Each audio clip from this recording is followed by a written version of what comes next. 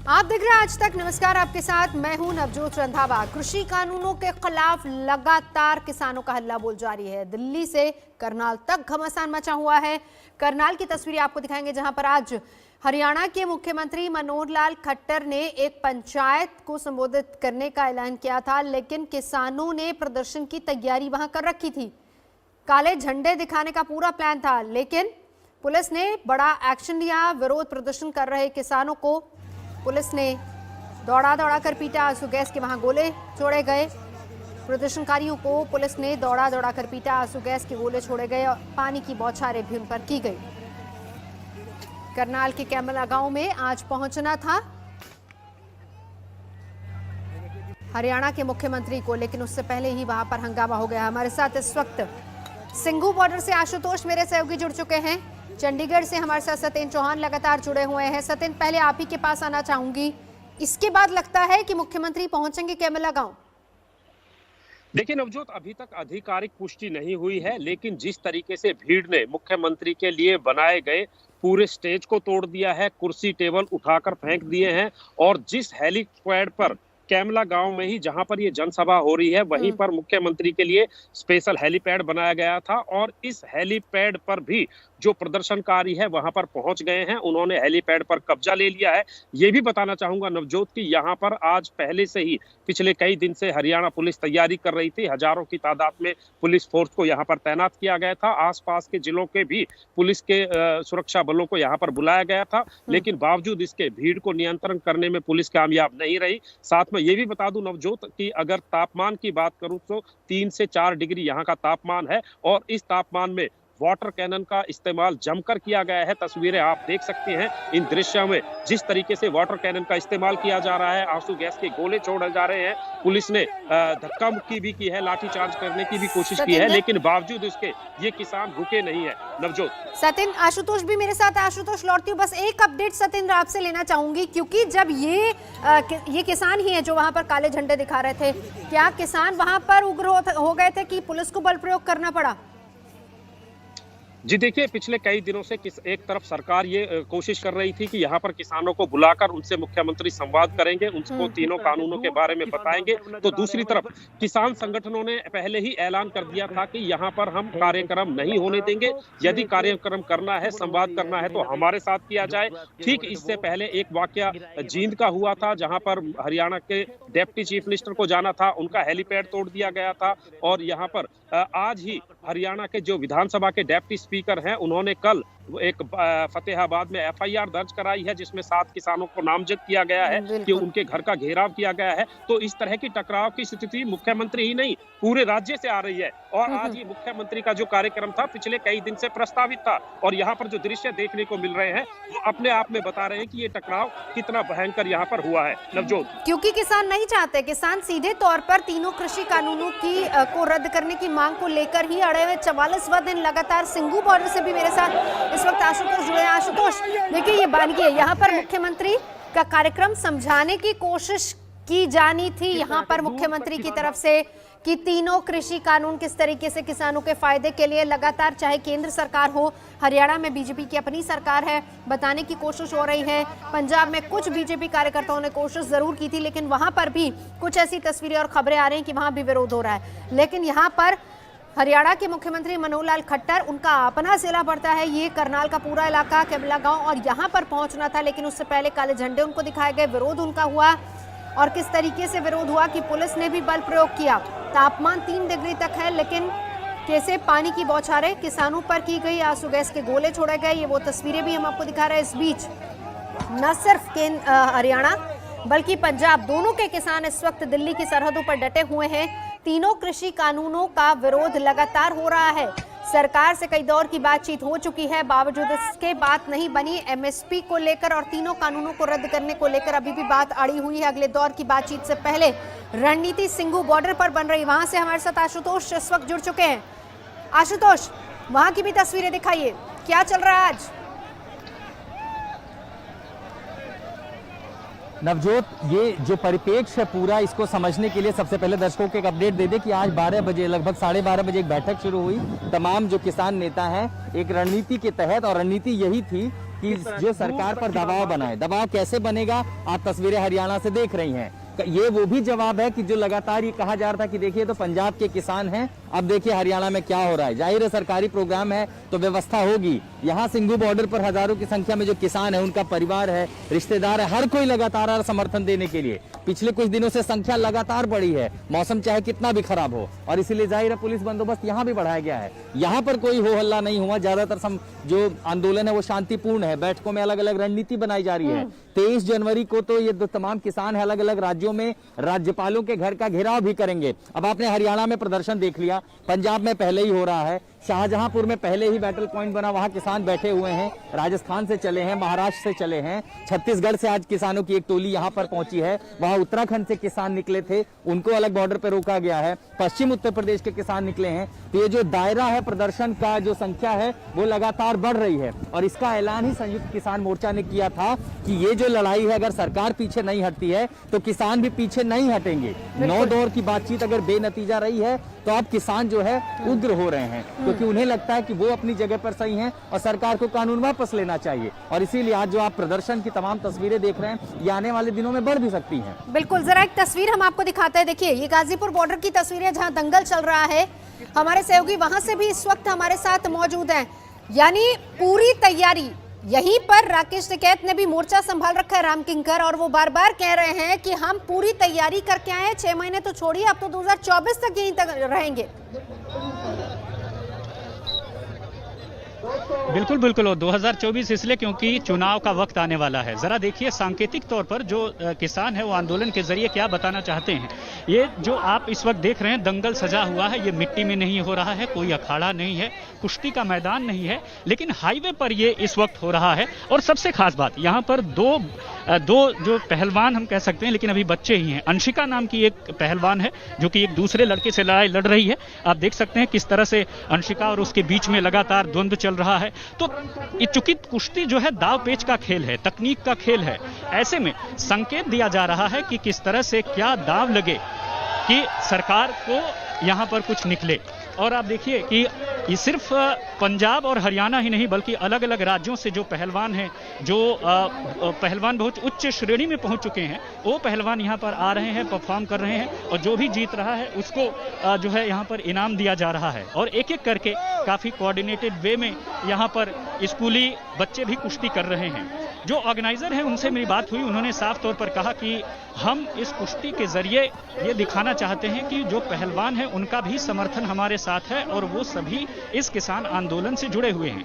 लेकिन चूंकि दाव पेच है, तकनीक है, ऐसे में कौन जीतेगा, किसका पलड़ा भारी होगा, कौन जीतेगा। 0 पॉइंट, जैसा कुश्ती में हम सभी जानते हैं 0 से 9 का जो पॉइंट होता है, 0 का आदमी भी अचानक से स्टार्ट कर सकता है और वो 9 पे पहुंच सकता है।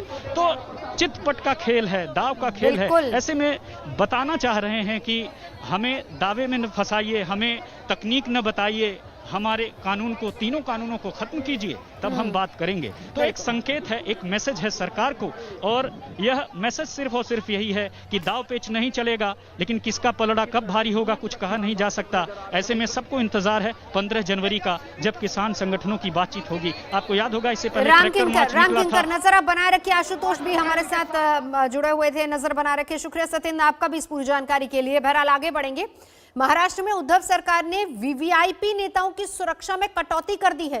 पूर्व मुख्यमंत्री देवेंद्र फडणवीस, केंद्रीय मंत्री रामदास आठवले, एमएनएस चीफ राज ठाकरे, सबकी सुरक्षा में कटौती की गई है, घटा दी गई है सबकी सुरक्षा। फडणवीस की सुरक्षा Z+ से घटाकर Y+ कर दी गई है। आठवले और राज ठाकरे की सुरक्षा में भी कमी की गई है। Y+ सुरक्षा अब उनको दी गई है, यानी कि सुरक्षा घटाकर Y+ कर दी गई है। कमलेश सुतार हमारे साथ इस वक्त जुड़ चुके हैं। दलील क्या है सरकार की इसके पीछे, कमलेश? देखिए नवजोत, जब सिक्योरिटी दी जाती है इसका एक पीरियोडिक रिव्यू होता है। हर एक पीरियड के बाद में जिन कारणों की वजह से सुरक्षा मुहैया कराई गई थी, उन सुरक्षा कारणों का रिव्यू किया जाता है। और महाराष्ट्र सरकार ने इस पीरियोडिक रिव्यू के बाद में, जबकि देवेंद्र फडणवीस जब नेता प्रतिपक्ष बने थे तब एक महाराष्ट्र सरकार के पास दलील दी गई थी कि उनकी जान को खतरा है, और अब इसका रिव्यू किया गया है और इसके चलते अब ये सिक्योरिटी कम करने का निर्णय लिया गया है। साथ ही साथ देवेंद्र फडणवीस के साथ साथ उनकी पत्नी अमृता फडणवीस की भी सिक्योरिटी कम कर दी गई है। महाराष्ट्र नवनिर्माण सेना के मुखिया राज ठाकरे की भी सिक्योरिटी कम की गई है। हालांकि बीजेपी ने उस पर हमला बोला है, क्योंकि भारतीय जनता पक्ष के कई सारे नेता इसमें शामिल है। देवेंद्र फडणवीस के साथ ही साथ विधान परिषद में नेता प्रतिपक्ष प्रवीण दरेकर हो, प्रसाद लाड हो, चंद्रकांत पाटिल जो राज्य इकाई के अध्यक्ष, इनकी भी सिक्योरिटी कम की गई है। और भारतीय जनता पार्टी ने इसे बदले की राजनीति कहा है और कहा है कि सरकार विपक्ष की आवाज दबाना चाहती है, इसलिए ये सिक्योरिटी कम करने का निर्णय लिया है।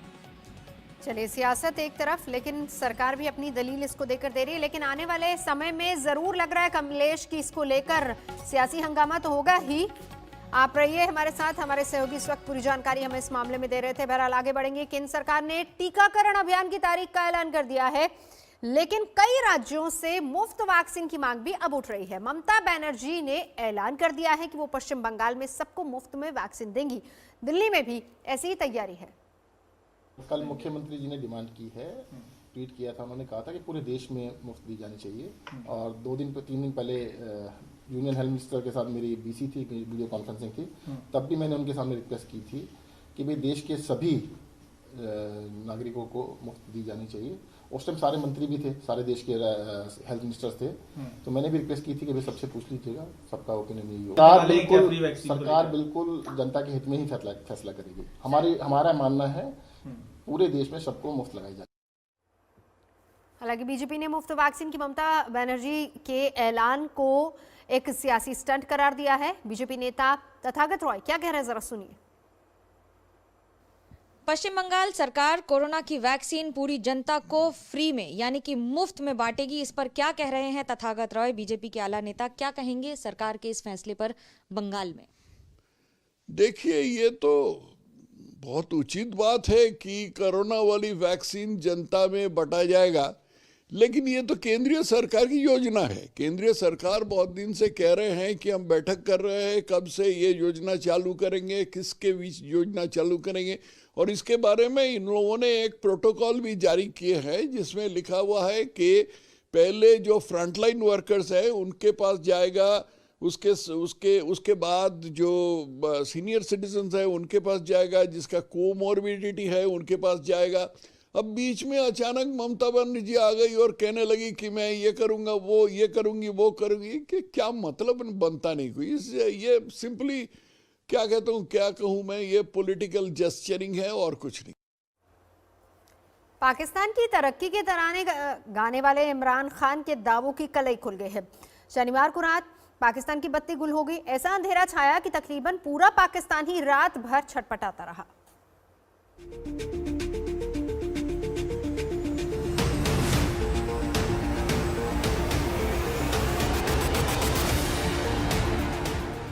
हाथ को हाथ ना दिखे, इंसान को इंसान ना नजर आए, चारों तरफ घुप अंधेरा। एक मुल्क के तौर पर पाकिस्तान का भविष्य तो पहले से ही अंधेरे में था। शनिवार की रात तकरीबन पूरा पाकिस्तान अंधेरे में गुम हो गया। आधी रात को पाकिस्तान पर अंधेरे का ऐसा साया चढ़ा कि देश के दर्जन भर शहरों में अफरा तफरी मच गई। घरों में अंधेरा, सड़कों पर अंधेरा, गलियों, इलाकों, शहरों, सूबों में अंधेरा ही अंधेरा, यानी अंधेरे का साम्राज्य हो गया। इस वक्त कराची समेत पूरे मुल्क के अंदर ब्रेकडाउन हो गया है बिजली का, जिससे लोग बहुत परेशान और मुश्किलात में आ गए हैं और खौफ हरास में आ गए हैं कि अचानक ऐसा क्या हुआ कि कराची शहर और मैं रीगल चौक पे खड़ा हुआ हूँ, इस वक्त चारों अतराफ के अंदर ब्लैकआउट हुआ। ये सब क्यों हुआ, कैसे हुआ, ये पूरी कहानी आपको बताएंगे, लेकिन पहले कुछ तस्वीरें देख लीजिए। कराची का हाल देखिए, लोग अंधेरे में सड़कों पर बैठे हैं, रेस्टोरेंट में खाना खा रहे लेकिन अंधेरे में, तंदूर पर कबाब पक रहे हैं लेकिन अंधेरे में, दवाई की दुकान खुली तो है लेकिन रोशनी जनरेटर की है। आप जरा ये भी जान लीजिए कि पाकिस्तान का ये पावर ब्रेकडाउन कितना बड़ा था, कौन कौन से शहर इसकी चपेट में आए। कराची, रावलपिंडी, लाहौर, पेशावर, क्वेटा, फैसलाबाद, मुजफ्फरगढ़, नरोवाल, भक्कड़, कबीरवाला, खानेवाला, भावलपुर, इस्लामाबाद, मुल्तान, पाकिस्तान का ऐसा कोई बड़ा शहर नहीं बचा जिसे इस अंधेरे ने अपने आगोश में न लिया हो, और ये सब हुआ पावर ट्रिप होने की वजह से। रात 11:45 पर डिस्ट्रीब्यूशन लाइन में पावर ट्रिप हुआ। सिंध प्रोविंस में पहला पावर ट्रिप हुआ। गड्डू पावर प्लांट में फॉल्ट आने से ट्रिपिंग शुरू हुई और देखते ही देखते पूरा पाकिस्तान अंधेरे में गुम होता चला गया। इतना बड़ा पावर ब्रेकडाउन पाकिस्तान ने पहले कभी नहीं देखा होगा।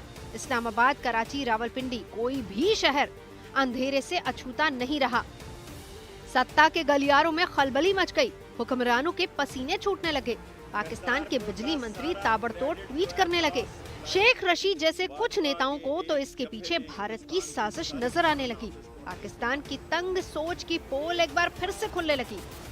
खैर, लंबी जद्दोजहद के बाद गड़बड़ी दुरुस्त कर ली गई, लेकिन सवाल फिर भी यही रहा कि पाकिस्तान अपनी भारत विरोधी सोच को कब दुरुस्त करेगा। आज तक ब्यूरो। स्पेन के कई शहरों में बर्फीले तूफान से तबाही मच गई। हादसे में 4 लोगों की जान चली गई। 650 से ज्यादा सड़कें बर्फ की मोटी परत से बंद हो गई। राजधानी मैड्रिड में भी संकट की तस्वीरें साफ नजर आ रही हैं, जहां बर्फबारी की वजह से 60 साल का रिकॉर्ड टूट गया। रेस्क्यू टीम ने करीब 1500 लोगों को अब तक बचाया है।